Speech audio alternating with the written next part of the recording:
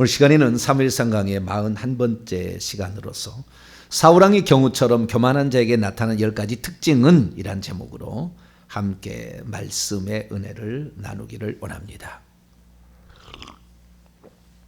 사무엘상의 이야기는 사울 왕의 이야기고 사무엘하 이야기는 다윗 왕의 이야기입니다. 근데 사울서 그 다음에 다윗서 이렇게 안 하고 사무엘상, 사무엘하 이렇게 돼 있잖아요. 아마 르호보암, 그러니까 다윗 왕의 아들 솔로몬 아들이 르호보암인데 르호보암 왕 때에 분열 왕국 때에 쓴 것 같아요. 요 책을. 그러니까 사무엘이 썼는데 아마 그 뒤에 이렇게 누군가가 이것을 종합해서 그때 아마 나온 것 같아요. 그래서 여기에 그 쓴 내용을 보면 오늘 이르느냐만 그 오늘이 분열왕국 시대의 이야기를 얘기해 주고 있어요. 상황을. 그래서 그때 후대에 쓴 것이라는 걸 알 수가 있죠. 왜냐하면 사무엘이 태어나지도 않았잖아요. 사무엘상 1장은. 그 다음에 죽잖아요. 뒤에 25장 이야기하면 죽잖아요. 그러니까 사무엘이 없는데 어떻게 사무엘하를 어떻게 써요? 그렇죠? 사무엘 상서는 뭐 썼다고 혹시 뭐 모르지만 그래서 사무엘이 썼다고 지금 얘기하지 않습니다. 사무엘 상하는 누군가가 썼다. 어떤 사람은 무슨 에스라가 썼다, 뭐 누가 썼다, 뭐 얘기하는데요. 좌우지간 그게 아닌 것 같고 누군가가 자꾸 썼는데 우리는 이것을 영감으로 기록된 하나님의 말씀이라고 교회의 신앙의 인물들이 정했고 이것은 성령께서 그렇게 인도하신 거죠. 그래서 우리는 이걸 압니다. 그래서 사무엘상서는 우리가 사울 왕의 이야기입니다. 사울 왕은 결국에 31장에 가서 죽음으로 끝납니다. 그래서 왕으로 등극을 했다가 폐위당하고 처절히 전쟁터에서 죽어가는 아주 불쌍한 사람으로 이렇게 묘사가 됩니다. 그러니까 오늘 낮에도 제가 이렇게 그 얘기를 했습니다마는 하나님께서 우리에게 바라는 것은 왕노를 하는 사람이 되는 거예요. 왕노란 사람이. 그런데 사울왕은 그 왕을 하나님께서 시켜주었음에도 불구하고 그 왕직을 수행하지 못함으로 말미암아 왕직에서 폐위가 당해서 그는 아마 천국에서 상당히 높은 직급에 해당되는 인물이었을 거예요. 그런데 그걸 결국 빼앗기고 마는 겁니다. 그런 사람이 있는 거예요. 그러니까 하나님께서 어떤 생각을 가지고 그 사람에게 복을 준비했어도 그 복을 못 받고 결국에 그것을 흘려버리는 사람이 있다라는 거죠. 그래서 우리는 왕의 잘못된 모형으로서 사울왕, 왕의 잘된 모형으로서 모델로서 다윗왕을 보게 되는데 이 두 가지를 비교해 보므로 너희들이 하늘나라에 왔을 때 과연 누가 천국에서 왕노를 하는 자가 될 것인지를 그들의 행위를 보고 너는 그렇게 하지 말고 너는 그렇게 하라 이거잖아요. 너는 사울왕처럼 하지 말고 다윗왕처럼 하라. 이것이 사무엘 상하를 주신 목적입니다. 그래서 우리는 이제 사무엘 상을 끝나가는 사무엘상 9장부터 시작된 이야기가 31장까지 해서 끝나게 됩니다. 그 끝나기 전에 28장에 결정적인 사울왕의 실수가 나옵니다. 이것은 하나님께 묻지 아니하고 무당을 찾아가서 물었다. 무당한테 물어본 사람들이 죄가 커요. 무당에게 물어본 사람들이 죄가 큽니다. 무당이 옛날에 그랬잖아요.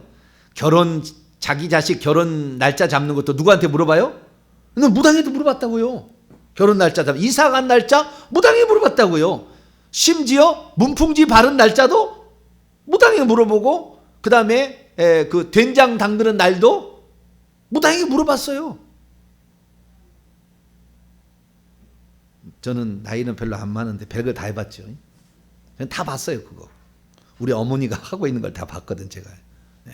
저처럼 이렇게 하나님 앞에 저는 하나님께 쓰임받은 게 기적 중에 기적이에요. 이렇게 우상숭배한 집안에 어릴 때 그 어머니하고 찾아가서 무당에 가서 물어보고 그대로 시킨 대로 한 일을 행했던 장본인인데 말이죠. 그럼에도 불구하고 말이죠. 이 하나님 말씀을 증언하는 자 세는 거 보면은 이게 하나님이 하신 일이다. 나는 이건 몸둘 바를 모르겠어요. 늘 하나님 앞에 가면 아유 세상에 이렇게 죄를 많이 지은 사람이 어떻게 여러분 회개 많이 하시길 바랍니다. 엄청 많이 회개를 해야 되는 거예요. 나는 그 회개 기도문에 나오는 이 회개 기도문 있잖아요. 이 회개 기도문에 나오는 요 죄를 24가지 죄를요 안 진 것이 없어요. 안 진 게 거의 다 죄에 해당되는 거라고요.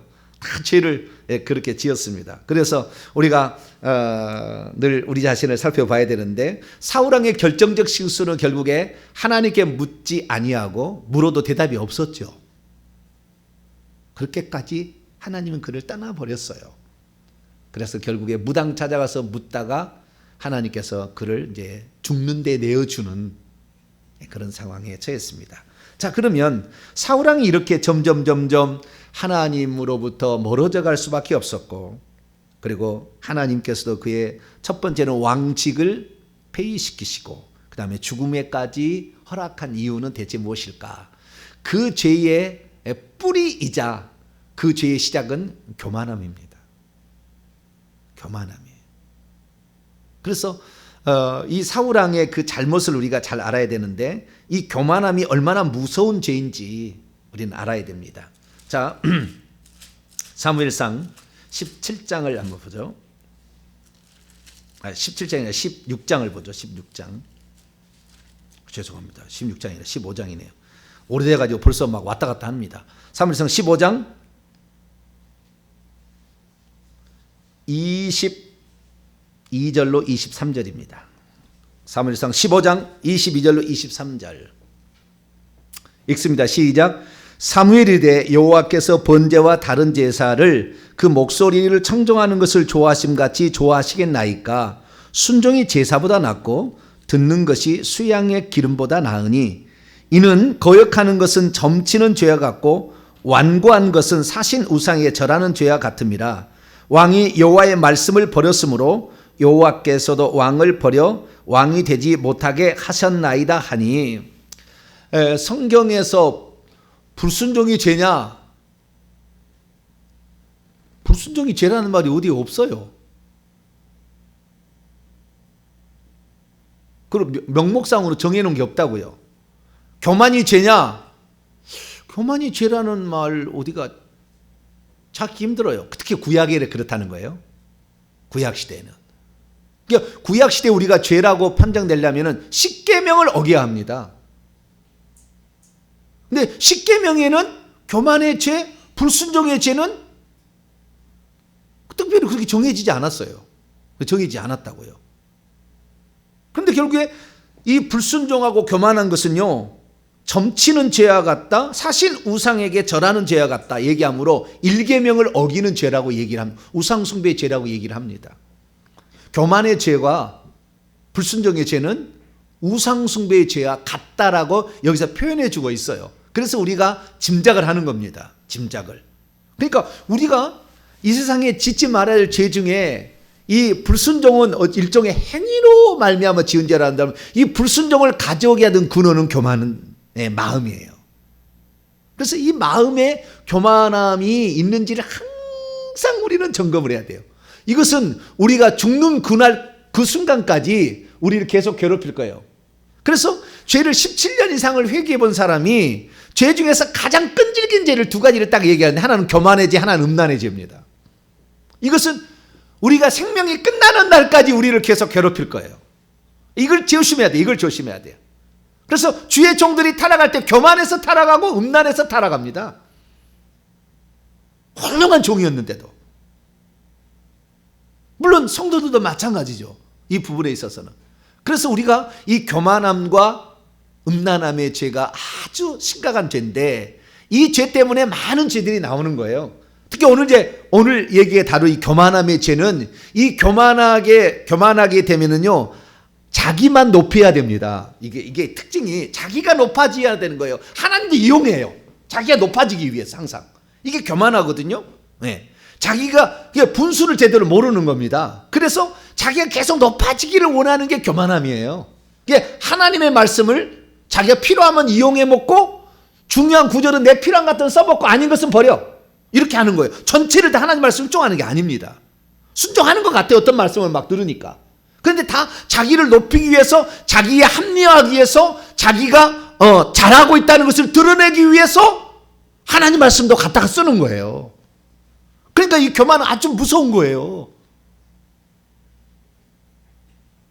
그래서 우리가 일평생에 주의해야 될 죄로서 가장 첫 번째 죄는 교만합니다. 이 교만함이 모든 죄의 진정의 뿌리가 됩니다. 뿌리가. 그래서 항상 우리는 오늘도 주여 저의 교만함을 용서하여 주옵소서.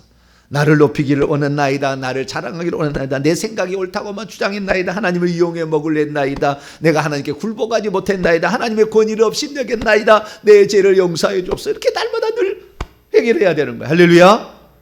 이게 아주 중요한 거예요. 그래서 결국에 이 교만함의 죄로 말미암아 사울이 버림을 당했다라는 사실을 통하여 교만한 사람은 천국 가면은 천국 못 들어갑니다. 못 들어가요, 아예. 교만한 사람은 천국에 못 들어갑니다. 그러니까 우리가 예수 그리스도를 믿으면 천국에 들어갈 수 있는 기본적 자격은 취득했으나 천국에 들어간다는 것은 결국에 회개를 통해서 자기의 죄를 없애야만이 들어가잖아요. 거기서 왕눈한 문제는 타우 문제고, 그래서 죄라는 그것을 우리가 이기지 못하면 우리가 못 들어가는 거니까 우리의 죄의 씨앗으로서 이 교만함의 죄를 항상 우리는 생각하고 주의하고 혹시 내가 그런 잘못이 없나를 돌아볼 수 있게 되길 바랍니다. 그래서 이 교만함의 죄는 결국에 우상숭배의 죄하고 비슷하다 라는 생각을 해야 되고요. 이 죄로 말미암아 결국에 모든 죄가 나오는데, 자기를 높이려고 하는데 다윗을 높이는 사람이 있으니까 보세요. 시기질투심이 나오기 시작하는 거예요. 시기질투심이 조금 더 지나면 미워하는 감정이 나오는 것이고, 미워하는 감정과 더불어서 혈기분노가 일어나는 것이고, 혈기분노가 일어남으로써 살인의 마음이 들어와서 살인의 감정까지 가서 그 결국에 모든 죄악이 나오는 겁니다. 교만함은 시기질투심이 없는 사람은 교만함도 별로 없어요. 시기질투심 없는 사람. 나보다 남이 높아지는 것을 못 보기 때문에 교만함의 죄가 나오는 거거든요. 그래서 시기질투심이 나오는 거거든요. 우리는 모든 사람에게 하나님께서 믿음의 분수가 있습니다. 그래서 우리는 그 하나님께서 우리에게 주는 믿음의 분량대로 우리는 생각하고 거기서 내가 충성할 수 있는 것이 무엇인가를 항상 찾아서 그 부분을 충성해 나갈 수 있게 되길 축원합니다. 하지 못하는 걸 하나님은 못했다고 책망하지 않아요. 할 수 있고 하도록 그에게 명령을 하고 또는 그에게 은사를 주고 그 달란트를 주었는데도 하지 않아서 그런 거예요. 그래서 오늘 우리가 이 사무엘상에서 사울 왕이 이렇게 마지막에 이제 비참하게 죽어가기 직전에 버림당하는 이 문제에 있어서, 그럼 어떻게 사울 왕에게서 이 교만함이 나타나는가? 여러분, 교만함은요 하루아침에 있어지진 않아요. 점점 이것이 이렇게 나타나고 더 확대가 되는 것입니다. 그러니까 교만함은 싹을 잘라야 돼요, 싹을. 그래서 결국에 이 교만한 사람의 최고의 특징은 뭐냐면, 회개하지 않는 거예요. 기도를 싫어합니다.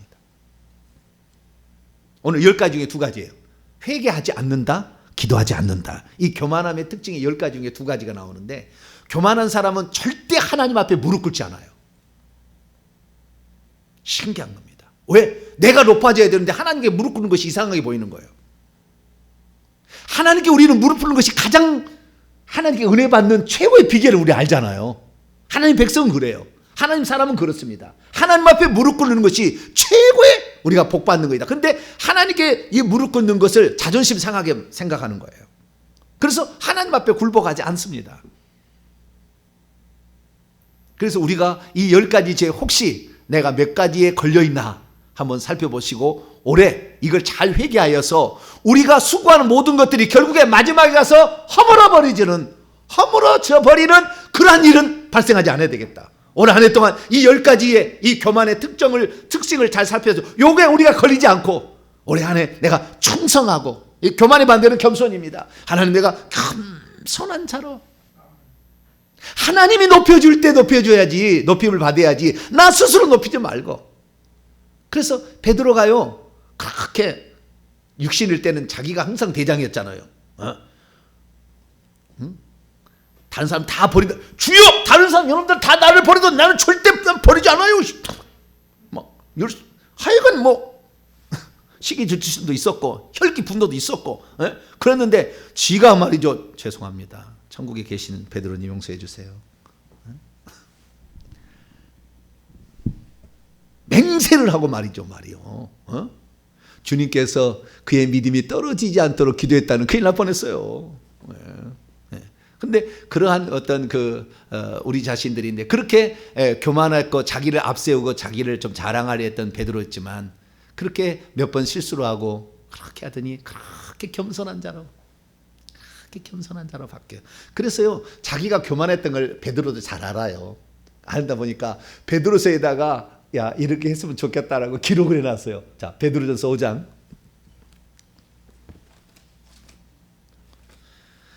12제자 가운데 가장 교만했던 제자. 네. 1순위가 누구예요? 베드로. 2순위가 야고보, 요한이었다가 얻어 터졌죠. 좌우지간. 자, 1순위 베드로. 베드로서 5장 5절로 6절 말씀. 예.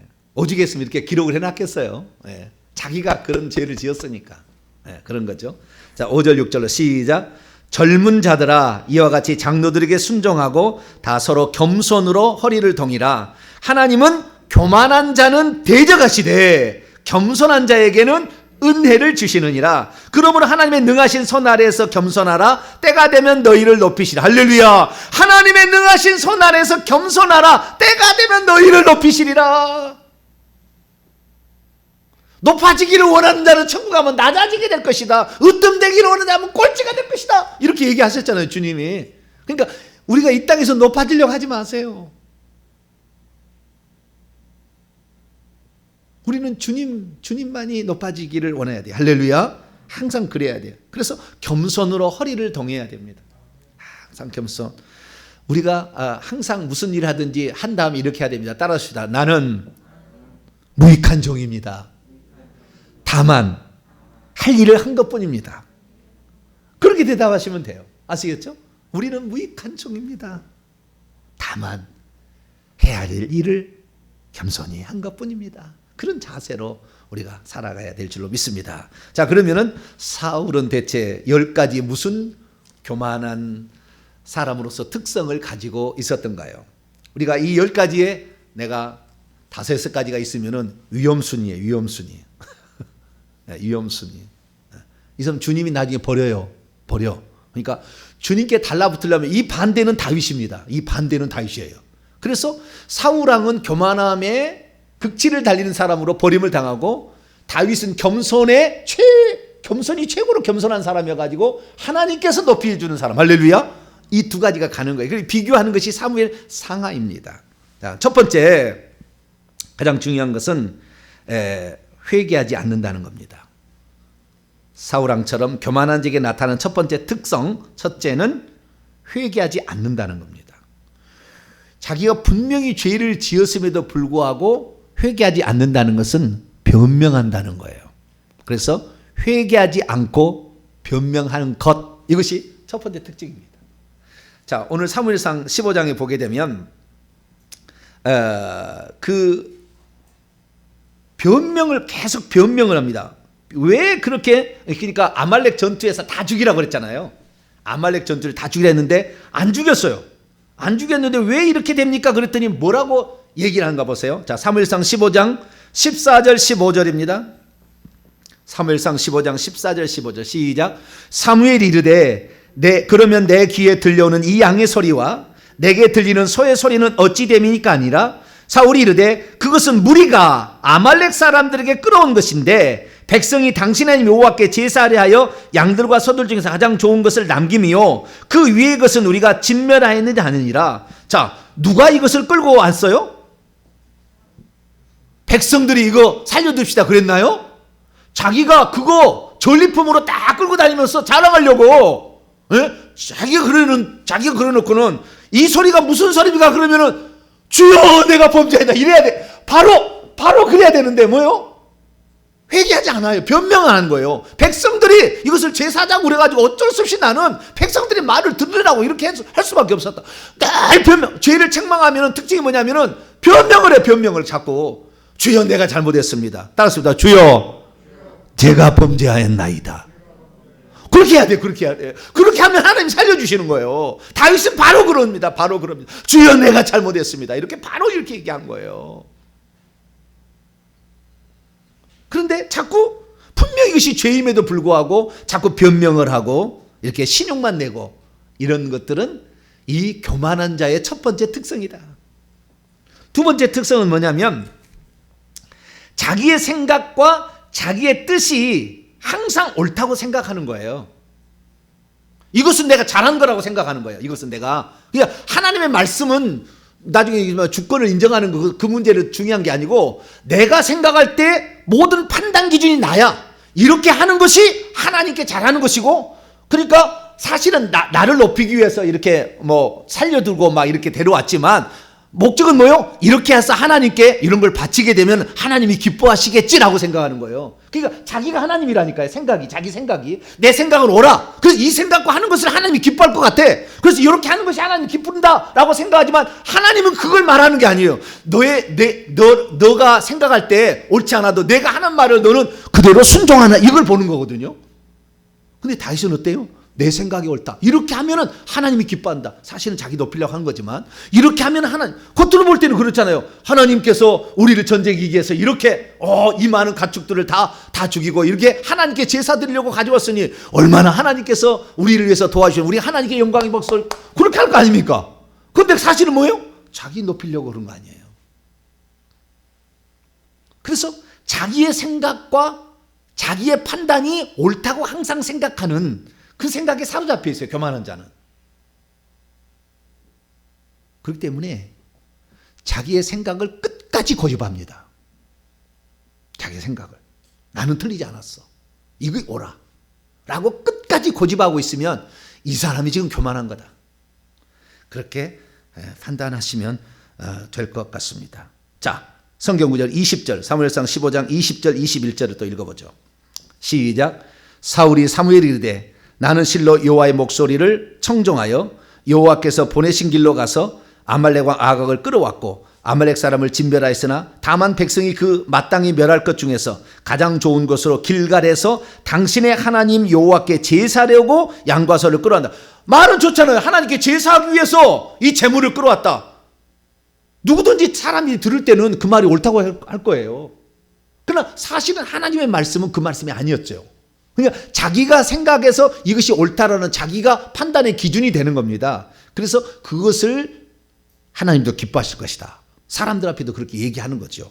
그래서 자기의 생각과 뜻을 항상 옳다고 생각한다. 이것을 우리가 생각하면 되겠고요. 세 번째, 결국에 하나님의 말씀에 정면으로 거역하는 것이 됩니다. 그러니까 불순종하는 것. 세 번째는 하나님 말씀에 불순종하는 것입니다. 불순종. 그게 하나님 말씀을 거역하는 것입니다. 그런데 그 하나님 말씀에 거역하는 것을 두고 절대 죄라고 생각하지 않아요. 어쩔 수 없었다 이렇게 항상 생각합니다. 어쩔 수 없었다. 그래서 하나님 말씀을 최우선시로 두지 아니하고 자기는 어쩔 수 없어 이런 식으로 핑계합니다. 자, 사무엘상 13장을 한번 열어볼까요? 13장.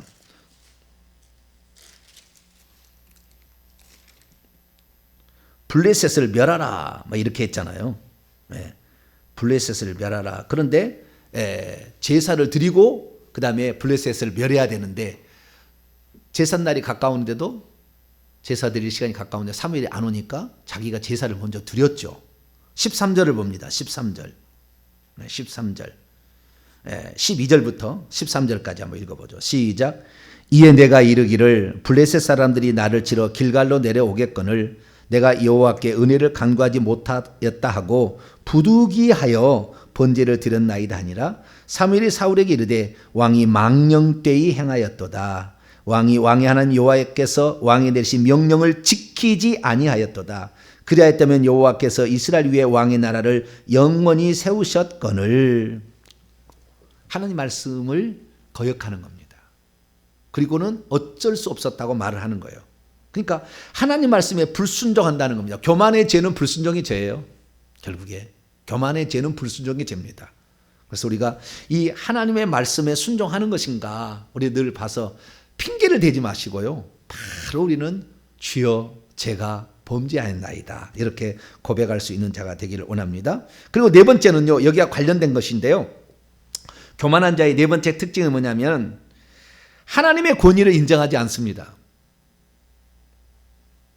그러니까 하나님의 주권을 인정하지 않은 거예요. 하나님의 주인 되심을 인정하지 않은 것입니다. 하나님의 모든 것을 주관한다고 인정하지 않고 내가 주관하려고 하는 것입니다. 그냥 하나님의 주권을 무시한다는 특징이 있습니다. 그래서 하나님께서 하나님 되심을 무시하니까 꼭 자기가 하나님 되는 것이니까 결국에 불순종의 죄를 우상숭배의 죄라고 그러는 거예요. 왜? 자기가 자기를 우상을 만드는 거거든요. 자기를 우상으로 만들어. 뿐만 아니라 이 교만의 죄는 혈기 분노와 같이 가기 때문에 다섯 번째는 아주 강포하고요. 폭력적입니다. 이 교만한 사람의 특징은 아주 강포하고 폭력적이고 잔인합니다. 특징이. 우리가 사무엘상 21장에도 읽어봤지만 다윗을 도와줬다고 놉당의 제사장들을 어떻게 해요? 놉당의 제사장들. 그 대상 아히멜렉이 자기는 몰랐어요. 진짜로. 다윗이 도망다니다가 맨 처음에 도망다니러 가서 무장을 해야 되고 배가 고팠기 때문에 놉당의 제사장 가가지고 먹을 것 좀 달라 얘기하고 칼을 좀 달라 골리앗 칼을 가져갔는데 그때 당시에 다윗이 도망자라는 것을 아히멜렉을 몰랐어요. 제사장은. 그런데 그 옆에 있는 도액이 그걸 고발을 하잖아요. 왜 그렇습니까?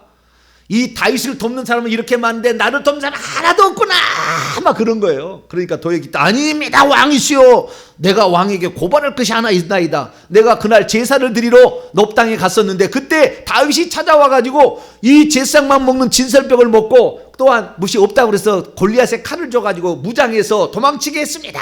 그런 거예요. 그런데 그 전에 다윗하고 이 아히멜렉하고 얘기한 걸 도액이 다 들었어요. 그럼 뭡니까? 다윗은 도망자라는 사실을 아히멜렉이 모르고 지금 도와주고 있었는데 그 얘기는 쏙 빼. 그리고 다윗을 아히멜렉이 도와줍디다 이렇게만 얘기를 하는 거예요. 나쁘게만 얘기하는 거죠. 그러니까 사울왕이 화나가지고 저 놉당의 제사장들을 그러니까 맨 처음엔 그랬죠. 이 아히멜렉 제사장은 너는 나의 원수를 도와주는 원수다 그랬더니 아니 나는 모르고 그랬는데요. 난 그때 도망자인지 몰랐어요. 나는 그때 왕의 가장 신임받는 신하이고 왕의 사이도 되고 왕의 충성스러운 사람이라고 나는 여기고 있었지 다윗이 그런 줄 나는 몰랐어요. 왕이시여 저는 모르고 한 일입니다 라고 분명히 얘기했는데도 니는 나를 돕지 않냐고 다윗을 도왔으니 너를 가만두지 않으리라. 자 왕이 그 호위대장 이런 사람이 명령합니다. 저걸 죽여라 그런 거예요. 근데 아무도 못 죽이지 않죠. 제사장을. 그러자 도액 네가 죽여라 그래가지고 그래서 도액이 나가서 군사를 끌고 가가지고 그 놉당까지 가서요. 놉당을 황폐화시켜버려. 다 죽이고 제사장 85명 그 밑에 아들 딸들 어린아이까지 가축까지 다 죽여서 성소까지 허물어버려요. 폐허가 되게 만드는 거예요. 나중에 뭐예요? 하나님을 찾으려고 하는데 제사장이 없어요. 하나님의 뜻을 물으려고 하는데 왜? 자기가 다 죽여버려가지고 물어볼 사람이 없어. 그 상태가 된 거예요. 그래서 아주 강포하고 폭력적으로 변한다. 교만할수록 강포하고 폭력적으로 변한다. 거꾸로 교만하지 않고 겸손할수록 온유하고 남의 말을 경청하고 잘 듣고 자기를 고치려고 한다. 이런 사실을 알 수가 있는 것이죠. 심지어는 자기 아들도 죽이려고 합니다. 다윗 도와줬다고. 다윗을 사랑한다고. 다윗을 피신하는데 도움 줬다고 창으로 던져서 죽이려고 하는 장면도 나와요. 자기 아들마저도. 자기 딸도 이용합니다. 너 시집 가라 해놓고는 그 시집 가게 해가지고 뭐요? 그 시집 가게 하려고 블레셋 사람의 포피 100개를 구해오라. 블레셋 사람을 죽여가지고 오라 하는 건데 다윗은 200개의 포피를 구해오죠. 그러니까 자기의 손 묻히지 아니하고 블레셋 사람의 피를 묻히려고 했지만 다윗은 그러지 않았죠. 그래서 자기 딸도 팔아먹어. 자기 이용해 하려고. 그 대적을 숙청하는데 자기 딸을 이용해. 참 악하잖아요. 나중에 미갈이 그래도 거기에 가서 남편을 사랑하는 사람이어가지고 다윗이 도망쳐서 집으로 도망오니까 빨리 도망치라고 창문을 열고 도망쳐 지금 곧 죽이러 오니까 빨리 가라고. 우리 아버지 나는 성질 아니까 빨리 가라고. 그리고 염소 털로 이렇게 그다음에 뭐 우산 갖다 놓고 드라빈 갖다 놓고 이불 덮어놓고 내 남편이 자고 있다는 식으로 거짓말을 해가지고 결국에 남편을 도망갈 수 있도록 시간을 벌어주지 않습니까? 근데 그 미갈이 다윗이 도망쳐가지고 몇 년 지나니까요, 사울왕은 미갈 딴 데 시집 보내버렸다. 이용해 먹는 거, 계속 이용해 먹는 아버지가. 뭐요? 교만한 자의 특징이에요. 남을 이용해 먹는다.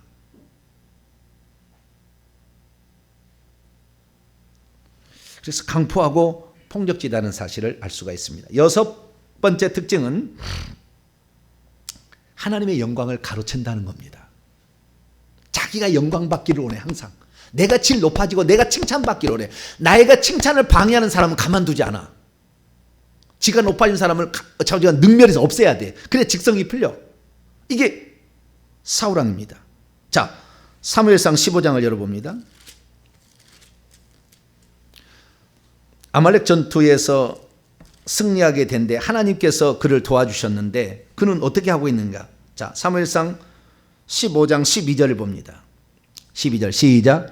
사무엘이 사울을 만나려고 아침에 일찍 일어났더니 어떤 사람이 사무엘에게 말하 이르되 사울이 갈멜에 이르러 자기를 위하여 기념비를 세우고 발길을 돌려 길갈로 내려갔다더라. 자기를 전쟁 승전 기념비를 세우는 겁니다.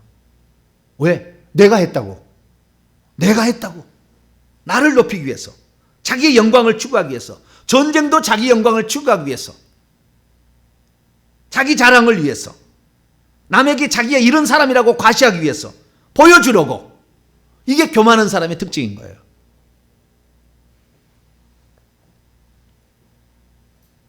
우리는 나의 나 된 것은 주의 은혜로 된 것이라. 할렐루야. 하나님께서 우리를 이렇게 만드셨고 내가 이렇게 된 것도 은혜 가운데 있는 것 다 하나님의 은혜다. 항상 우리는 그렇게 생각할 수 있게 되길 바랍니다. 그래서 주님께서 우리에게 주신 은혜대로 우리는 살고 있다 해야지 내 영광을 드러내기 위해서 내 영광을 이용하기 위해서 하나님도 이용해 먹는 그런 사람이 돼서는 안 되겠습니다. 그래서 이 교만한 사람의 여섯 번째 특징은 하나님의 영광을 자기의 것으로 가로챈다는 것입니다. 자기의 영광만을 추구한다는 거예요. 자기의 영광을 얻기에 방해되는 사람이 있으면 시기 질투한다는 거예요.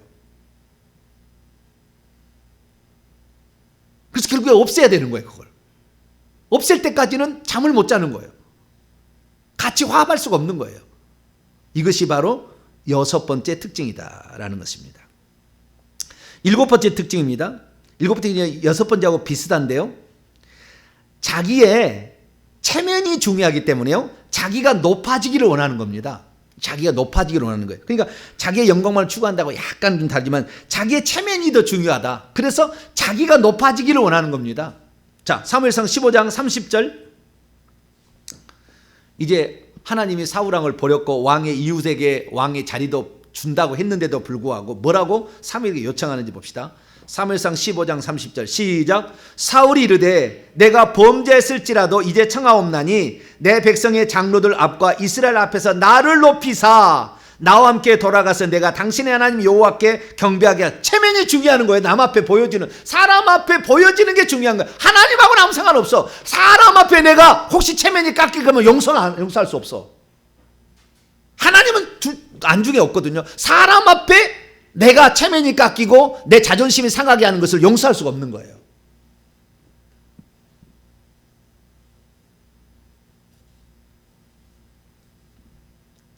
그러니까 이게 얼마나 위험한 것입니까? 결국 계속 하면은요, 이 모든 걸 다 통틀어 보면요, 사단이하고 똑같아요. 그 속성이 사단하고 거짓말도 하고 하나님 말씀을 거역하는데도 변명을 하고 계속 자기가 높아지기를 원하고 하나님의 뭇별 위에 나의 보좌를 높이리라 계속 높아지기를 원하고 그 사단의 속성을 그대로 닮아가는 것이죠. 우리는 예수 그리스도만이 높아지면 됩니다. 할렐루야. 네, 우리는 없어도 아무 상관없어요. 하나님은 우리 같은 거 신경도 안 쓸 수 있어요. 다만 나는 하나님 말씀에 순종해서 하나님이 나를 사랑해 주신 것 위에 더 이상 바랄 게 없는 것입니다. 그냥 오늘 하다. 근데요, 이런 자기가 높아지고 자기 체면이 중요한 이런 사람들의 특징이 뭐냐면 자기를 내려놓지를 못하는 거예요. 곧 같은 거예요. 자기를 내려놓지를 못해. 너 여기까지 해라 그러면 예, 그리고 반납을 해야 돼요. 저는 언제라도 그런 생각입니다. 주님이 너 여기까지다 그러면 예, 그리고 저는 순종할 거예요. 내가 지금까지 살아온 것도 주의 은혜로 살아왔는데 주님이 여기까지다 그러면 감사합니다 그래야지. 아니요, 나는 주님께서 사울에게 너 잘못됐기 때문에 여기까지, 너 왕이 여기까지야 여기 했는데 아니요, 나는 왕이 끝까지 해먹을래요. 계속 하는 거예요. 이 사울은 죽을 때까지 계속 해먹는 거예요. 하나님 여기까지다 그러면 빨리 다음에 왕에게 선의하도록 다음에 왕이 잘 세워질수록 나는 서포트 해주는 것으로 끝나야 돼요. 저도 마찬가지입니다. 저와 여러분이 회개천국복음 연구소를 세워서 이 일을 어마어마한 일을 한다 할지라도 혹시 하다가 못한다 할지라도 다음 세대가 할 수 있도록 준비해주고 가면 되는 거예요. 할렐루야. 네? 그런 생각해야지 내가 꼭 업적을 이루어야 될 필요는 없는 거예요. 주님이 우리에게 허락하는 법이 내에서 우리가 최선을 다하다가 못하면 다음 타자 넘겨주면 되지. 그래서 내가 꼭 해야 될 일은 없죠.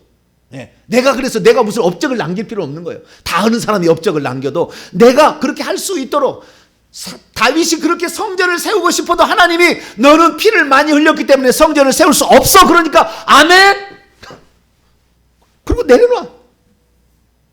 그리고 솔로몬한테 하나님은 피 흘리지 않는 평화의 왕이 성전을 지어야 된다. 그래서 내가 다 준비는 했다. 그러나 나는 짓지 않을 거다.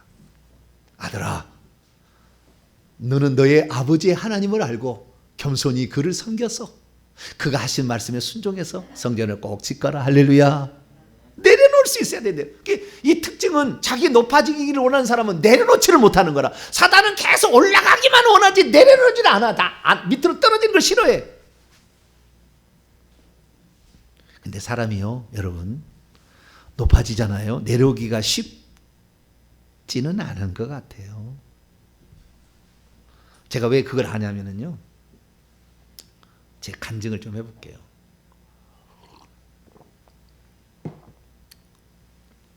제가 25살 때 군대를 갔다 와가지고 제가 군대에서 군종병을 했다는 거 아닙니까? 군대에서 군종병이라는 것은 군대 전도사예요. 그러니까 대대 연대에 하사관 부인들, 장교 부인들이 있잖아요. 장교 부인들은 하사관 부인들이 알력이 셉니다. 장교들은 늘 이사를 다녀 발령을 하니까 그러니까 많이 안 있어요. 그런데 하사관들은 거기에서 상사에서 노란 파풀떼기가 아니고 원사. 네, 주임 상사, 원사라고 하는데 그 노란 파풀떼기가 올라갈 때까지 거기에서 계속 근무하거든. 그러니까 아예 거기에 토백이에요. 일종의 군대와 거기에 토백이 된 거예요. 그러니까 거기에 있는 사람들 중에서 이 장교들 부인들은 어떻게 합니까? 조금 있다가 이사를 가니까 별로 정이 안 불러. 근데 하사관은 계속 있다 보니까 교회 충성하니까 권사가 되는 거예요. 그런데 군대는 조직사회, 계급사회잖아요. 대대장 부인, 연대장 부인하고 상사 부인하고는 레벨이 틀리는 거예요. 그런데 꼭 뭐라 하냐면 이 연대장 부인이 왕노를 하려고 그래. 희한해. 거기는 내가 군대에서 직접 봤으니까. 그 왕노를 하려고. 그래 교회 와서는 말이죠. 어떻게 해요? 권사님이 하사관 부인이면은 아이고 권사님 그래야 될 거 아니에요. 권사 왔어? 아니 자기가 무슨 연대장인 것 같아. 나는 웃겨 죽겠어요. 좌우지간. 좌우지간 그런 군대 생활을 제가 보면서 야, 참. 그래 얼마나 웃긴지 아세요? 대대장이 바뀌고 연대장이 바뀌잖아요. 그러면 그 밑에 있는 연대장이 무궁화 3개잖아요. 무궁화 2개짜리 이런 사람들은요, 대대장이 기독교인이면 전부 교회로 와. 그 다음 주부터 교회로 나와. 그러다가 여기 바뀌면 그 다음부터 불교로 가. 어떻게 되는지 신앙이 어떻게 여기에다가 획 뒤집어가지고. 나는 그렇게 되는지 알 수가 없어. 심지어 대대장이 새벽 기도 나오면 새벽 기도도 나와. 뭔 진급을 하려고 그런지는 모르겠지만 좌우지간 이건 뭐 점수를 올려야 되는 모양입니다. 최고대기가 이 사람은 점수를 이렇게 점수를 잘 보이려고 그러는데 어쨌든 그런데 제가 있으면서 거기에서 그때가요 또 막 시험 들어 그래서 막 그래서 뭐 위로하고 또 예배 드립시다. 그리고 우리 하나님만 바라봅시다. 막 그러고 그래서 거기에서 전도 생활을 제가 하다 보니까 이제 저는 신학 안 했어요. 그때 군대 갈 때 신학. 저는 국어 국문학과 2학년 마치고 군대를 갔으니까 하나님의 특별한 은혜로 제가 간증이 있습니다만은 군종병이 되어가지고 그 군종병을 하면서 애완을 다 알게 봤어요. 성경학교 다 하지, 구역예배 드리지, 새벽예배 드리지, 뭐 준비를 제가 다 해주거든요. 그래가지고 제가 거의 뭐 준전도사가 된 거예요. 그 군대를 갔다 와가지고 제가 성령의 은사를 받기로 했다 방언 바로 받게 되고 그러다가 방언을 받게 된 그 집회를 인도하시는 목사님 교회 갔다가 붙들려 가지고 그 교회에 출석하게 됐는데 그분이 생명의 성령의 법세미나 이상관 목사님이라고 아주 유명한 분이 있어요. 인터넷 검색 바로 나와요. 생명의 성령의 법세미나 이상관 목사. 제가 수제자입니다. 그 제자. 그 교회에 들어가 가지고 결국에 거기에 있는데 거기에 이제 청년부에 제가 총무 역할을 했어요. 청년부가 한 70명 정도 모였어요, 그때. 청년부가. 75년인데 그 목사님이 저를 후계자로 생각을 하시고 저를 교육을 시켰어요. 훈련을 시켜줬어요. 그래서 1년 정도 지나니까 야, 너 중등부 좀 지도를 해야 되겠다. 그러더라고요. 왜냐하면은 그래도 그 지방에서 최고의 학교를 나오고 막 이러니까 시켜주더라고요. 그래가지고 그러니까 아니 어떻게 저기 중등부 지도를 합니까? 그랬더니 내가 임명할게. 그래가지고 새 전도사로 임명을 해버린 거예요. 저를. 신학도 안 했는데. 그래가지고 제가 전도사가 됐어요. 그래가지고 아동부를 지도했다는 거 아니에요. 그래서 아동부가 아니라 중등부를 제가 맡아가 1년을 지도하고 찬양 선교단을 제가 찬양 선교단에서 집회 인도하는 그런 일도 하고 막 이렇게 1년을 했어요. 그래가지고 제가 그 1년 있었는데 1년 다음에 교회 문제가 생겨가지고 제가 거기를 나왔어요. 나와가지고 다시 어디로 가느냐면 제 어머니 있는 시골 교회를 간 거예요. 어머니의 교회 있는 시골의 교회에 가가지고 그래 갔더니 그 교회에 전도사님이 계시더라고요. 그 교회는 시골 교회는 전도사님이 많아요. 목사님이 아닌 이제 전임 전사님인데 전사님이 계시는데 아유 우리 정 선생님 오셔서 반갑다고 저한테 칭호를 뭐라고 해요? 정 선생님이라고 그러더라고요. 근데 그동안 1년 동안 뭐라고 내가 칭함을 받았어요? 전도사님 어떻게 할까요? 전사님 기도해 주세요. 전사님 밥 먹으러 갔다 전사님 기도해 주세요. 맨날 이랬잖아요. 청년들도 그러고. 그래서 전도사님이라는 칭호를 받다가 하루아침에 이제 전도사가 임명 안 되니까 이제 나가리가 된 거 아니에요? 나가리가. 그래서 시골에 갔더니 정 선생님 그러더라고. 그게 얼마나 그게 이상한지. 여러분들이 권사가 되고 장로가 되었어요. 근데 장로가 됐는데 오니까 아무개 성도님 그러면은 그런 것처럼 약간 이상한 느낌이 있더라고요. 야, 그래서 올라갔다가 내려온 것이 쉽지 않겠다? 그거 알았어요. 어떤 직분을 내가 맡다가 어떤 직분을 내려놨을 때 그 직분을 수혜하지 않을 때 얼마나 화가 나겠어요. 그거 뭐요? 자기가 주인 돼서 그런 거예요. 자기가 주인 돼서. 왜 네 마음대로 나를 하느냐 이거잖아요. 그래서 참 사람이라는 것은 높아지기는 쉬운데 낮아지기가 쉽지 않다. 교만한 자는 높이기를 원하느나 낮추기를 원치 않는 거예요. 그것이 교만한 자의 특징입니다. 나는 마음이 온유하고 겸손하니 나의 먹이를 메고 내게 배우라. 하나님인데 끝까지 나는 아버지가 보내서 왔고 아버지가 하라고 얘기한 말만 한다. 나는 끝까지 그렇게 예수님 얘기하신다고. 예수님 하나님 다시인데 나는 처음이요 마지막이요 나는 알파와 오메가요. 나는 스스로 있는 자라고 분명히 그분이 얘기하셨는데도 그분은 끝까지 아버지여 아버지의 뜻대로 하시기를 원하나이다. 항상 아버지를 높여. 나는 없어도 돼. 주님이 죽으라면 죽을 것이고 주님이 너는 살라 그러면 살 것이고 나는 그렇게 했다. 이렇게 예수님이 그렇게 사는 거예요. 저와 여러분은 그렇게 자신을 낮추라고 할 때, 내리라고 할 때 내릴 수 있는 그런 사람이 될 수 있기를 축원합니다. 여덟 번째, 교만한 자의 특징은 뭐냐면은 하나님의 음성이 귀에 안 들려옵니다. 주의 종이 말해도 절대 안 들어요. 안 들려요. 특히 책망의 소리가 절대 안 들립니다. 책망의 소리를 들을 수 없어요. 남이 나에게 충고하는 것을 기분 나쁘게 생각해요. 하나님 음성이 들리지 않는다는 겁니다. 자, 사무엘상 28장. 하나님의 말씀이 들리지 않는다, 귀에 안 들린다, 그럼 지금 교만한 거예요. 사무엘상 28장 6절입니다. 사무엘상 28장 6절 있습니다. 시작. 사울이 여호와께 묻자오되 여호와께서 꿈으로도 우림으로도 선지자로도 그에게 대답하지 아니하시므로 아무런 것이 그에게 들리지 않아요. 보여지지도 않아요. 그러니까 내게 성령의 음성이 깨우치는, 책망하시는 하나님의 음성이 내게 안 들리고 책망하는 것이 싫다. 교만한 거예요. 지금 엄청 교만한 거. 책망한 것이 너무 감사해요. 목사님, 나를 좀 책망해 주세요. 이 사람은 지금 살 사람이라, 이 사람은 천국 갈 사람이에요. 그런데 왜 나를 책망해? 내가 뭘 잘못했다고? 이렇게 하나님의 음성이 안 들려요. 사람의 음성도 못 들어요. 그에게 말씀하시는 하나님의 음성이 안 들린다. 이게 뭐예요? 이게 바로 사울왕의 특징이었다는 겁니다. 사울왕이. 그래서 내가 오늘 하나님 말씀을 들어도 깨우침이 없고, 내가 오늘 하나님 말씀을 들었는데도 회개가 안 나오고, 내가 하나님 말씀을 들어도 순종하지 않고, 내가 하나님 말씀을 들어도 그 말씀에 굴복하지 않는다. 그 사람 교만한 사람이에요. 교만한 사람. 저희들은 하나님의 말씀이 들려올 때 그냥 무릎을 꿇을 수 있는 복된 성도가 되길 축원합니다. 그런 자를 하나님이 높여주시는 거예요. 아홉 번째는 아까 얘기했듯이 기도하지 않습니다. 교만한 자의 특징은 기도를 안 한다는 겁니다.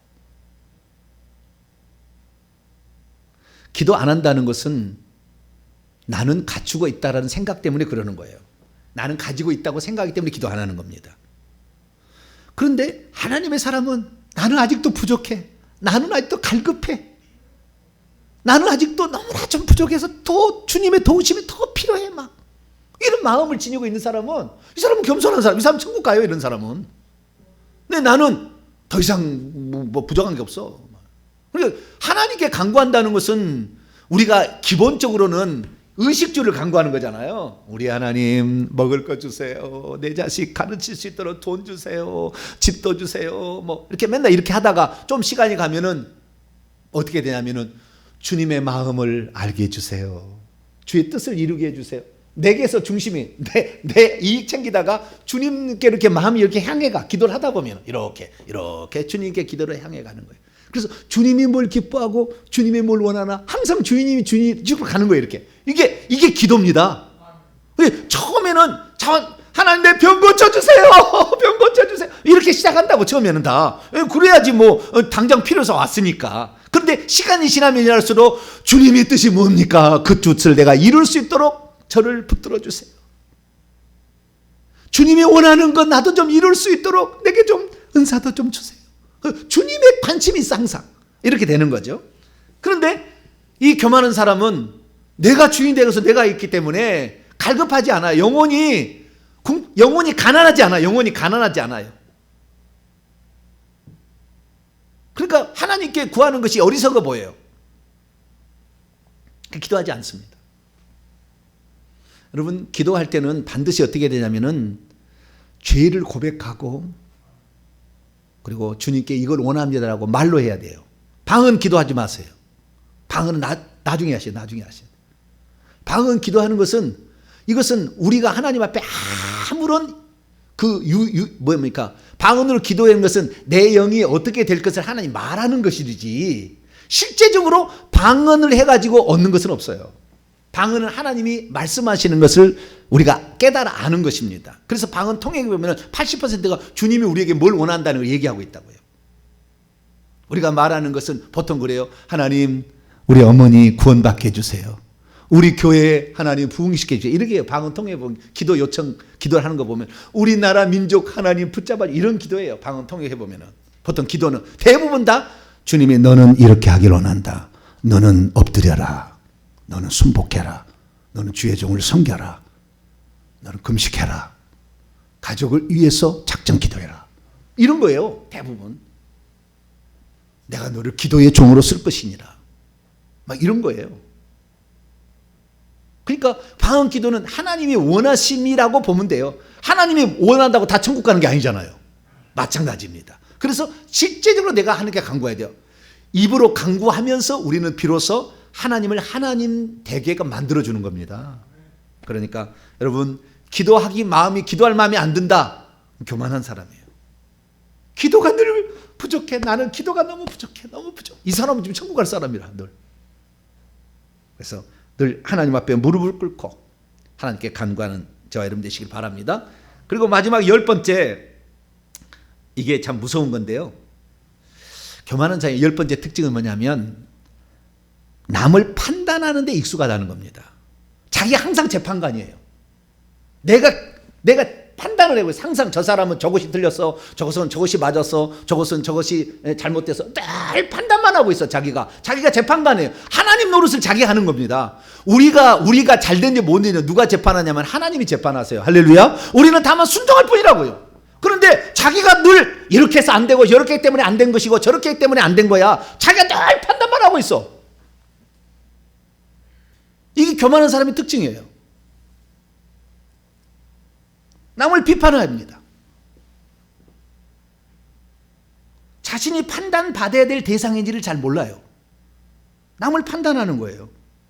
남을 판단하는 사람아, 네 눈 속에 있는 들보를 먼저 꺼내라. 남의 티 꺼내기 전에. 그렇게 주님이 얘기하셨잖아요. 그렇기 때문에 남을 판단하는데 막 내가 열심히 여수고 있다. 빨리 얘기하셔야 돼요. 주여, 내가 지금 벌써 재판관 하나님 노릇을 하려고 했습니다. 나는 순종할 종인 것이지 나는 누군가를 판단할 심판자가 아닌데, 나는 시킨 것에서 그냥 무익하게 할 종인 것이지 남을 판단하는 게 아닌데 왜 내가 이렇게 되었습니까? 주여, 이렇게 해야지 돼요.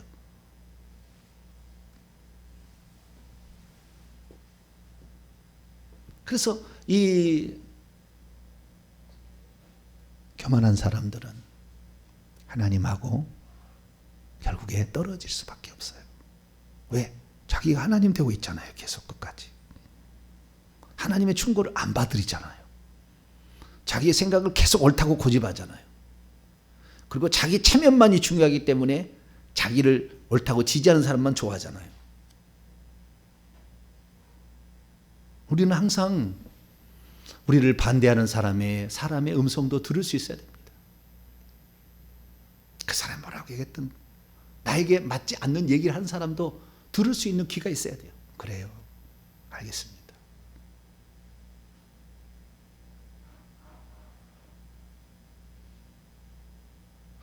올 한 해 동안 우리는 사울왕과 다윗왕의 이야기를 계속 얘기를 좀 하게 될 거예요. 어떤 사람이 천국에 들어갔을 때 왕노를 하지 못하는 사람이냐? 바로 이 사람, 사울왕 같은 사람. 어떤 사람이 천국에 가서 왕노를 하는 사람이 되는 거냐? 다윗과 같은 사람. 그거예요. 그래서 지금까지 이제 사울왕이 끝나서 사무엘상이 끝나니까 제가 정리를 해드리는 거예요. 아, 이렇게 하면은 결국에 천국에 가서 섬기는 자가 되겠구나. 왕노를 한 자가 안 되고. 그걸 지금 제가 말씀을 드린 겁니다. 그런데 마지막 이제 들리고 이거 끝낼게요. 이러한 교만함도 사실은 교만한 영이 뒤에 조종하고 있다는 겁니다. 내가 그런 게 아니고 사실은 내 머리 꼭대기에 앉아서 악한 영이 딱 머리를 세포까지 딱 장악해가 딱 이렇게 잡아서 끌어가는 거예요. 그러니까 회개 이상의 교만함을 풀어갈 수 있는 방법은 없습니다. 우리 인간은 사단의 전염으로 말미암아 이미 교만 덩어리가, 음란 덩어리가 이렇게 딱 들어와 있기 때문에 이겨낼 수가 없어요. 그의 영이 지배하고 있는데, 그래서 그의 영이 지배하고 있는 것은 주님 제가 교만합니다라는 말, 자백하는 말. 주여 제가 교만했습니다. 내가 내 영광을 높이기 위해서 안달이 났습니다. 남의 말에 귀를 기울이지 않았습니다.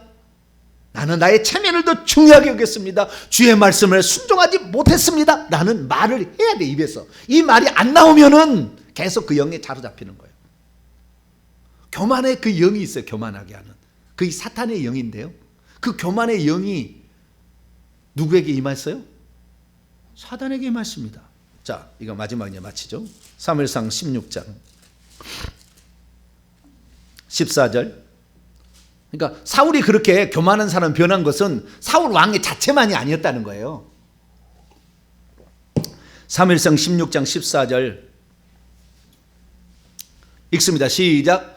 여호와의 영이 사울에게서 떠나가고 여호와께서 부리시는 악령이 그를 번뇌하게 하였다. 덮친 거예요. 그를 덮쳐가지고 그로 하여금 어떤 시달리게 한 거예요. 그러니까 이 사울왕이 언제부터 그러냐면 이때부터 그런 거예요. 이 악령이 오기 전까지는 얼마나 겸손한지 몰라요. 근데 사울왕이 하나님의 영이 떠나고 여호와의 부리신 악신이 들어오니까 그때부터 사람이 달라진 거예요. 그러니까 우리가 어떤 사람이 교만하다 그러면은요, 그 사람에게 있는 악한 영이 그를 주장했다고 긍휼히 여기는 마음을 가져야 돼요. 그 사람 자체가 교만한 게 아니고 그 사람 자체를 교만한 영이 쓴다니까요. 그러니까 그 사람의 역사하는 교만의 영을 하나님 물리쳐 주시옵소서. 그렇게 우리가 기도를 해줘야 되는 거예요. 그러니까 교만한 것은 자기의 속사람이 교만해서만이 교만해지는 건 아니고, 그것도 물론 점차적으로 불어나는 거지만 사실은 악한 영이 머리를 딱 붙잡고 있다. 이 머리 꼭대기에 앉아 있어요. 인간의. 그래가지고 우리를 조종하고 있다는 걸 알아서 우리가 회개를 하게 되면 떠날 수 있어요. 그래서 회개를 한 다음에 내 교만의 영과 십자가 세운다. 내 머리 꼭대기에 앉아있는 교만의 영과 십자가 세운다. 그때 계급장을 탁 떼어버리는 거예요. 우리가 그 순간에 계급장을 탁 떼어버리면 그때 혹 부르면 날아가는 거죠. 그리고 명령을 선포를 하는 거죠. 이게 십자가 세우기를 많이 하셔야 돼요. 나의 마음을 움직이는 교만의 영과 십자가 세운다. 나의 생각을 주관하는 교만의 영과 십자가 세운다. 내 뇌소표를 붙잡고 있는 교만의 영과 십자가 세운다. 나를 낮추지 못하게 하는 교만의 영과 십자가 세운다. 나만을 자랑하려고 하는 교만의 영과 십자가 세운다. 늘 그렇게 십자가 세우기를 다양한 그 기도문, 회개 기도문 나오는 것 갖다가 자기에게 적용해서 자꾸 일을 하게 되면은 이 영이 떠나게 돼요. 그러면 어느 순간부터 겸손해집니다. 할렐루야. 그리고 하나님 말씀에 순종하려고, 복종하려고 노력을 해보세요. 그러면 어느 순간에 우리들도 이 교만에서부터 많이 벗어납니다. 물론 완전히 벗어날 수는 없지만 우리는 언젠가 다시 또 올라올 수 있으니까. 그래도 겸손히. 그래서 첫째도 회개, 마지막도 회개예요. 교만을 이기려면. 그리고 교만을 회개하고 순종이에요. 회개하고 순종. 회개하고 순종. 이렇게 하면은 교만을 이길 수 있습니다. 그래서 올 한 해 동안 사울왕은 왕위를 빼앗기는 사람, 천국에서. 다윗은 왕위의 최고 꼭대기에 올라가는 사람. 그렇게 됐는데 나는 사울왕의 전철을 밟지 아니하고 다윗을 쫓아갑니다. 사울에게 역사했던 악한 영은 다 떠나가게 하시고 다윗에게 임하였던 하나님의 영은 내게 충만히 부어달라고 기도하심으로 말미암아 온 열말에는 주님 나라 갔을 때 우리가 보좌에 앉고 앞 단계, 한 단계, 한 단계, 한 단계, 한 세 단계는 앞으로 쭉 이렇게 올라가시는 한 해가 될 수 있게 되기를 간절히 바랍니다. 거룩하신 하나님, 무엇이 잘못인 줄 알아야 고치지 않겠습니까? 자기가 무엇을 잘못하고 있다는 것을 모르면 끝까지 고치지 않습니다. 주님, 올해 사울왕의 전철을 밟지 아니하고 다윗왕의 삶을 본받기를 원합니다. 주님께서 가르쳐준 그 방법들을 우리가 찾아서 하나하나 점검하여 내가 잘못한 것이 있다면 회개하고 고치게 도와주시옵소서. 오직 주님의 은혜로 여기까지 왔음을 알고 주님만을 높여드리는 우리 모두가 되게 해 주옵소서. 우리 주 예수 그리스도의 이름으로 기도하옵나이다.